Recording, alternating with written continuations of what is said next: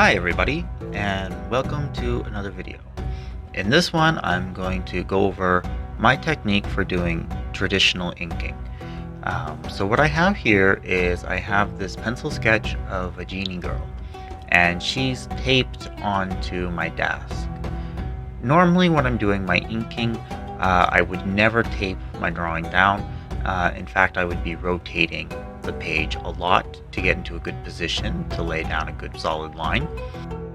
But for the purpose of doing the video, I figured it would be much easier for you guys to watch if the picture wasn't moving every way. So instead, I'm moving around the drawing.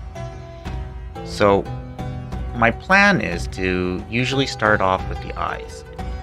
In fact, most of the time I will start off with the eyes and the face because those tend to be the most important things. Those tend to be what we look at when we're looking at a drawing of a person, especially a person's face.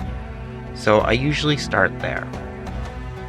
And then I'm going to continue from the top of the drawing and then moving from the top down and from left to right.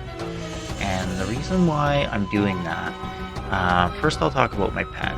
My pen is a Maru pen, and the reason why I'm going from top to bottom is because Maru pens can only really be pulled.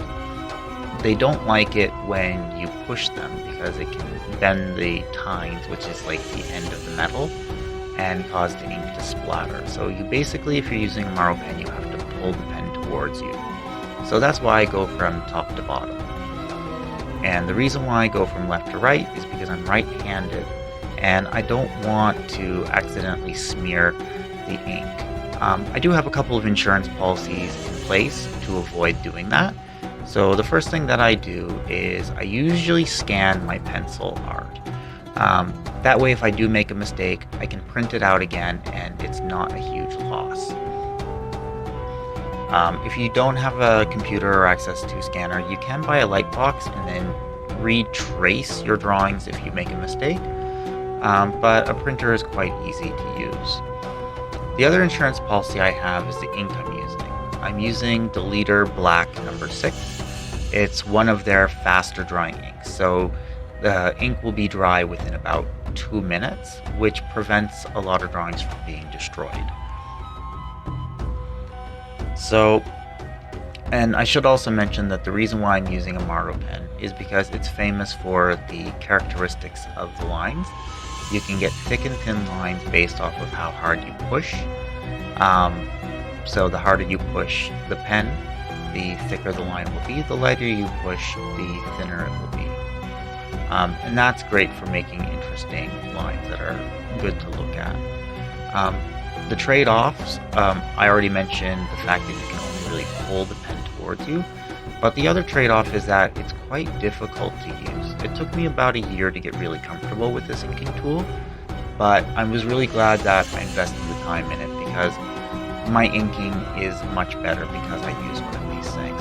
So if you want to be patient and learn how to use one, I highly recommend using and learning how to use a Maru pen. Now, for the actual technique, so the most important thing for good inking is to get into a good position.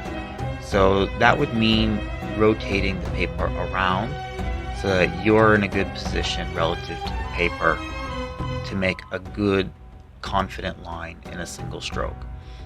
Like I said, because I'm doing the video, I can't rotate the paper, so instead I'm moving around the drawing. And occasionally I am bumping the camera, and I'm really sorry for that. You'll have to forgive me. So the next thing you want to do is you want to try to do the line in a single stroke as much as possible. This is going to give you really smooth lines with variation in thickness, and that's going to be really important. In fact, that's much more important than it is to actually go over the pencil that you did. We work really hard for our sketches, but the place that we lay down the pencil is not really the most important thing. It really is more important to make sure you have good line characteristics. So do your lines relatively quickly, and if you don't land exactly on the pencil, don't worry too much about it.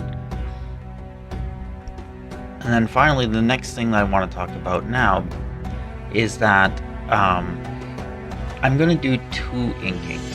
So the first inking is really just to get the ink onto the page so that I can erase the pencil. In this video I don't erase the pencil because I would have to move the paper, but just to get ink onto the page and get a sense of how the drawing looks with ink. And then the second inking is to enhance the 3D effects. So with that out of the way, I'm going to finish the first inking.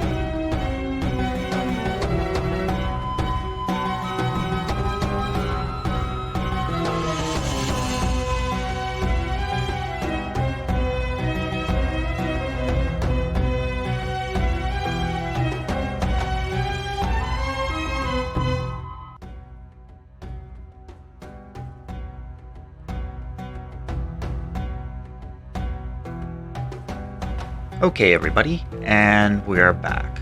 I'm just finishing up the first inking with some light lines for this smoke, and then we're going to start the second inking. So the purpose of the second inking is to start building up the 3D effect of the drawing by indicating where the shadows are going to be. So that means that this is when you're going to establish where your light source is.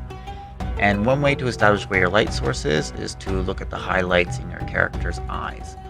For this drawing, I didn't include them because I'm planning on doing highlights with paint and not through the line art.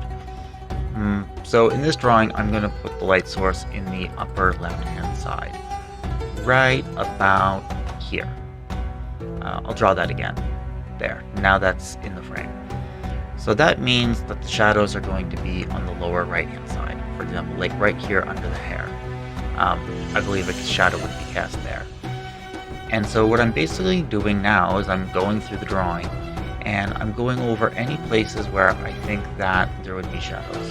For example, like under the chin, which I talked about in another video, or on the lower right-hand side of a lot of the line art. And what this is going to start doing is this is going to start showing where things are, and it's going to start building up some of the 3D effects. One of the ways that our own eyes help tell us where things are in terms of 3D space is by using the actual shadows. that we see. It's not just depth perception with two eyes. We do use shadows to help us. Okay, so everything's sort of on the lower left-hand side. And really, the best strategy I can say for this is to imagine where the shadows are going to be. Imagine where the light is going to be blocked because of the shape of your character. Another thing to consider is going to be places where two parts are contacting each other. So, for example, when I get to it, the lower left-hand leg is really bent close together. So there's going to be heavier shadow there. Or right here on the hand, the bottom of this hand is going to be resting on a surface, so that line is going to be a lot thicker. So let me just show you that. So right here. And by thickening up these lines, all of a sudden that hand does look like it's actually resting on something. And I'm going to do the same thing on the legs. So that's really all there is to the second inking process. Don't add lines absolutely everywhere. Not every single line that you did needs these second inking lines, but the ones that need them, please make sure that they get them. And with that, that's really everything for my inking process. So thank you for watching the video, and I'll see you around.